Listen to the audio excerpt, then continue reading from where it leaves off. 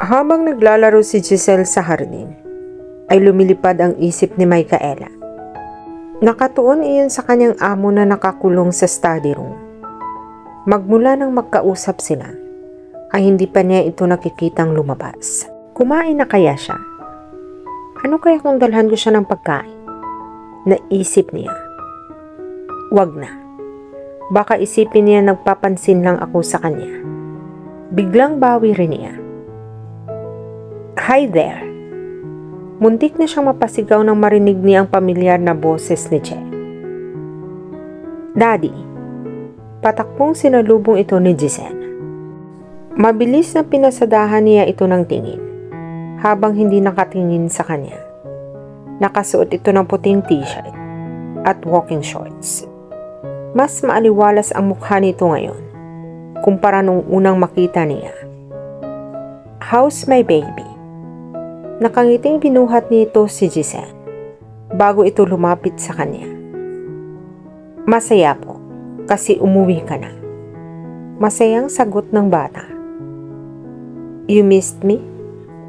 Malambing na tanong nito bago umupo sa garden set. Siyempre naman po.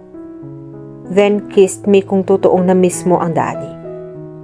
Hindi lang kumalik sa pisngi ang pinagkaloob ni Giselle sa kanyang tiyungin.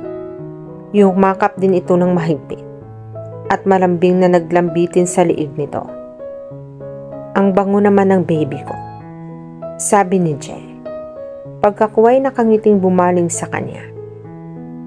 Hi Micaela, how was your day?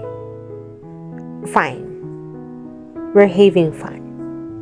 Pakiramdam niya ay nawala sa pwesto ang kanyang puso nang titigan siya nito. Daddy, tinuturuan ako ni tita magpiano, sabi ni Giselle.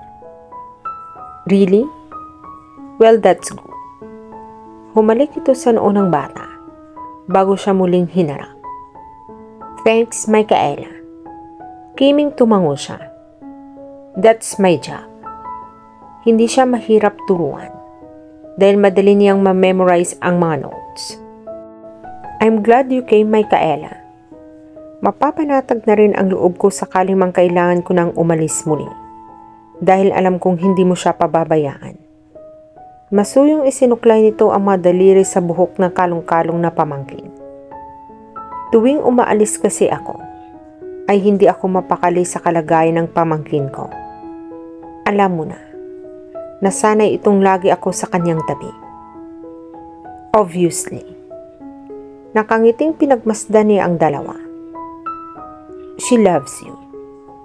Lagi ka nga niyang ikinukwento sa akin.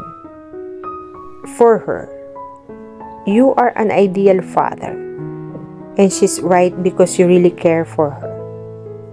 But I'm worried. Baka magbago ang paningin niya sa akin kung palagi akong mawawala ng oras sa kanya. Baka dumating ang panahong hindi na niya ako maintindihan. I will be busy for the next 2 months. May pinapatayong branch ang company namin sa Baguio, so I need to be there anytime. Bakit kasi hindi ka pa mag-asawa para may katuwa kang sa pagpapalaki kay Giselle? Tanong niya. Pero bigla rin niyang natutop ang kanyang bibig. She knew it was too personal question, and being one of his employees, she thought she had no right to ask that question. Nakita na yung nagbago ang ekspresyon ng mukha nito. Lumungkot iyon at nanigas ang mga bagang nito. I'm sorry. I shouldn't have asked that question. Don't answer if you don't want to. No, it's all right. Agad na sabi nito. Actually, napag-isipan ko na rin ang bagay na iyan. I'm not getting younger anyway. The truth is, I was supposed to get married this month, but unfortunately, it was postponed because of some misunderstandings. Malungkot na tura nito. Sorry to hear that. Pakiramdam niya ay kinagat ng maraming langgam ang kanyang puso sa nalaman nito. Totoo pala ang hinala niyang may girlfriend na ito. at may balak ng magpakasal. Huwag kang mawala ng pag-asa. Maayos din ang problema ninyo. Kailangan nyo lang siguro mag-usap. Wala namang problemang hindi nadadaan sa magandang usapan. Hindi ba? Sa bagay. Pero paano ko siya makakausap kung hindi ko alam kung nasaan siya ngayon? You mean, umalis ang nobya mo at hindi mo alam kung saan siya nagpunta? Yes, tinakasan niya ako. Kung kailan nakatakda na ang kasal namin. Tumawa ito ng pagang. Are you kidding me? Tinitigan niya ito at inarok kung nagsasabi ito ng totoo. Ayaw mong maniwala, pero iyon ang totoo. Binalingan nito ang kalong na pamangkin. You want to sleep, baby? Nakapikit na kasi si Giselle. No, biglang dumilat ito. Kumalas ito mula kay Jay at bumaba sa loob. Daddy, maglaro tayo ng taguan. Malambing na hiling nito. Ayoko nga. Parang batang tanggi ni Jay. Daddy, nagpapadyak ito. Ayoko na sa iyo. Ani Jay nang biglang tumayo. Kasi ang kulit-kulit mo na. Tumatawang nagpahabol ito sa kanyang pamangkin. Nakatawang sinikap naman ni Giselle na habulin ang kanyang tiyuhin. Nakangiting pinanood niya ang magtiyuhin. Gerald was very inch a man. Bakit kaya tinakasan ito ng babaeng papakasalan nito? Ang tanga-tanga naman ng babaeng iyon sa pagtanggi nitong maging asawa ang lalaking tulad si Jay. Taglay nito ang halos lahat ng katangiang hinahanap ng isang babae sa isang lalaki. Kung ako na lang ang aalukin nito ng kasal, ay hindi na siya magdadalawang salita pa. Napangiti siya sa kanyang naisip. Naipasya niyang maghanda ng merienda. Nagtimpla siya ng orange juice at gumawa ng corned beef with egg sandwich. Pagkatapos niyang i-toast ang sandwich, ay bumalik siya sa hardin. Nasa bungad pa lang siya ay narinig na niya ang halakhak ng isang babae. Animoy kinikiliti ito sa lakas ng tawa. Si Diane. Napasimangot siya na makilala ang babaeng kaharap ni Jay. Anong ginagawa ng babaeng iyon dito? Tinutuo kaya niya ang bantang magsumbong? Itinuloy niya ang paglapit sa mga ito. Walang imik na inilapag niya sa mesa ang dalang merienda. Thank you, Micaela. Nakangiting sabi ni Gerald. Kimingiti ang itinugon niya rito. Palihim na sinulyapan niya ang napasimangot na si Diane. Hindi kaila sa kanyang pag-irap nito. Antipatika talaga. Bigla ay nagkaroon siya ng ideya na gatungan ang inis nito sa kanya. You're welcome, Jay. Basta ikaw. Nilambingan niya ang kanyang boses at pinapungay niya ang kanyang mga mata. May kailangan ka pa ba? Wala na. Lumuwang ang ngiti ng binata. Marahil ay nanibago ito sa kinukilos niya. Maupo ka. Saluhan mo kaming magmerienda ni Diane. I'm sure kilala na ninyo ang isa't isa. We haven't been introduced formally, but I know her. She's been here before, and she was looking for you. Ginaya niyang maarating pananalita ni Diane. Nakahalata naman ito, kaya padarag na tumayo ito at mataray na humarap sa kanya. Are you insulting me? Ganyan ka ba magsalita? O ginagaya mo lang ako? O I'm I? Of course not. Why should I?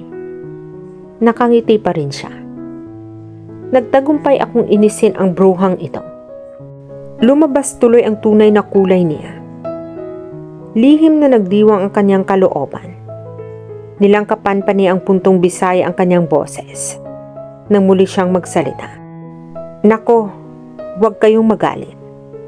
Masisira ang poise ninyo, ma'am. Ang ganda niyo pa naman. Kunwari ay concerned siya rito. Nakairap na muling umupo ito. Bigyan mo ako ng juice. Tila ray ng utos nito. Here. Si Jay ang nag-abot dito ng isang baso ng orange juice. No, I don't like that. Binalingan siya nito. Gusto ko ng mango juice. Bilisan mo. Nakadama siya ng inis sa paraan ng pag-uutos nito. Akala mo kung sinong umasta. Hindi yata ito marunong gumamit ng paki. Pwede. O kaya ay please. O kindly. Kung wala lang siguro si Jay, ay kanina pa niya inilampaso ang mukha nito sa semento. Narinig mo ba ang sinabi ko? Yes, senyorita. Dahil hindi ako bingi. Nanggigigil na tinalikuran niya ito. Nagtataka siya kung sino ito sa buhay ni Jay. Imposible namang ito ang nobya ng binata. Dahil ayon sa kanyang amo, ay hindi nito alam kung nasaan hahanapin ang naglayas na babaeng papakasalan nito. Si Dayan. Ito pa ang pumupunta sa mansyon at halatang nagpapansin kay Jay. Mukhang ito ang naghahabol. Omen. Isa siya sa mga babaeng nagpapababa ng dangal naming mga babae. Inis pa rin ang naisip niya habang muling pumapasok sa kusina. Pagbalik ni Micaela sa hardin, ay biglang nanlaki ang kanyang mga mata. Nakita niyang magkahinang ang mga labi ni Dayan at Jay. Oh no, bigla siyang napaatras. Bakit doon pa sila naghahalikan? Baka makita sila ni Giselle. Nang makalma niya ang kanyang sarili, ay itinuloy niya ang paglapit sa dalawa. Laking pasasalamat niya at magkahiwalay na ang mga labi ng mga ito. Baka kung ano pa ang nagawa ko, naisip niya. Ano nga ba? Your juice, senyorita. Sarkastikong sabi niya kay Dayan. Ilapag mo dyan. Hindi ito nag-abalang tumingin sa kanya. Walang imik na inilapag niya ang baso ng mango juice at sandwich sa mesa. Ang Jay na ito. Walang pakialam. Kung makita ko man ang pakikipaglambastungan kay Dayan. Hinaing ng kanyang puso. Ano naman ang pakialam nito sa damdamin niya? Alam ba nitong nasasaktan siya? What's this? Maarting tanong ni Dayan sa kanya. Ha? Napahinto siya sa pag-iimo. Mango juice. Kunot noong sagot niya. I know. Pero ano ito? Itinaas nito ang sandwich na dala rin niya. Boba ka talaga. Mango juice lang ipinapakuha ko sa iyo. Pero bakit may dala ka pang ganito? Palibhasa'y katulong ka lang. Kaya walang laman ang utak mo. Napanting ang kanyang mga tainga. Humulagpos ang kanyang natitimping galit. Excuse me? Hindi porke katulong lang ako, ay pwede mo nang tapakan ang pagkatao ko. Micaela. Pigil ni Jay sa kanya, pero hindi niya ito pinansin. Yes, I'm a man, but I'm not an idiot. Hindi ako tanga ng kagaya ng inaakala mo. Salat man ako sa pera, pero hindi salat sa edukasyon, para hindi maintindihan ang mga bagay sa aking paligid. Nangiligid ang mga luha sa kanyang mga mata. Pakiramdam niya ay isa talaga siyang katulong na inaapi at kailangan niyang ipagtanggol ang sarili. Sino ba ang Dayan na ito para mang-alipusta sa kanya? Kung pagtataray lang din ang pag-uusapan, kaya rin niya makipagsabayan dito. Para ano pa? At naging Rodriguez siya. Kung hahayaan niya itong tapakan ang kanyang pagkatao. Alam kong ipinanganak kang may gintong kutsara sa bibig. Pero hindi dahilan iyon para tapakan mo ang pagkatao ko. Dinuro niya ang mukha nito. Micaela, tama na. Niyakap siya ni Jay palayo kay Diane. No, bitiwan mo ako. Gusto kong ipumukha sa babaeng iyan ang ginawa niya. Kumawala siya rito. At muling hinarap ang natigilang si Diane. Ano ba ang problema mo sa sandwich? Ha?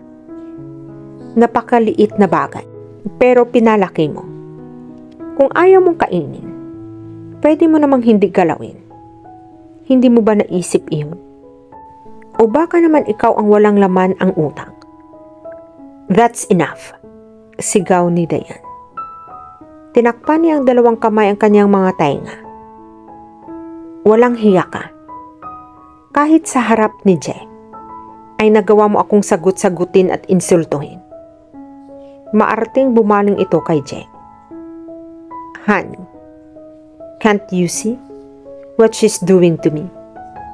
Hindi mo man lang niya ako binigyan ng respeto? Because you don't deserve to be respected. Sumusobra ka na.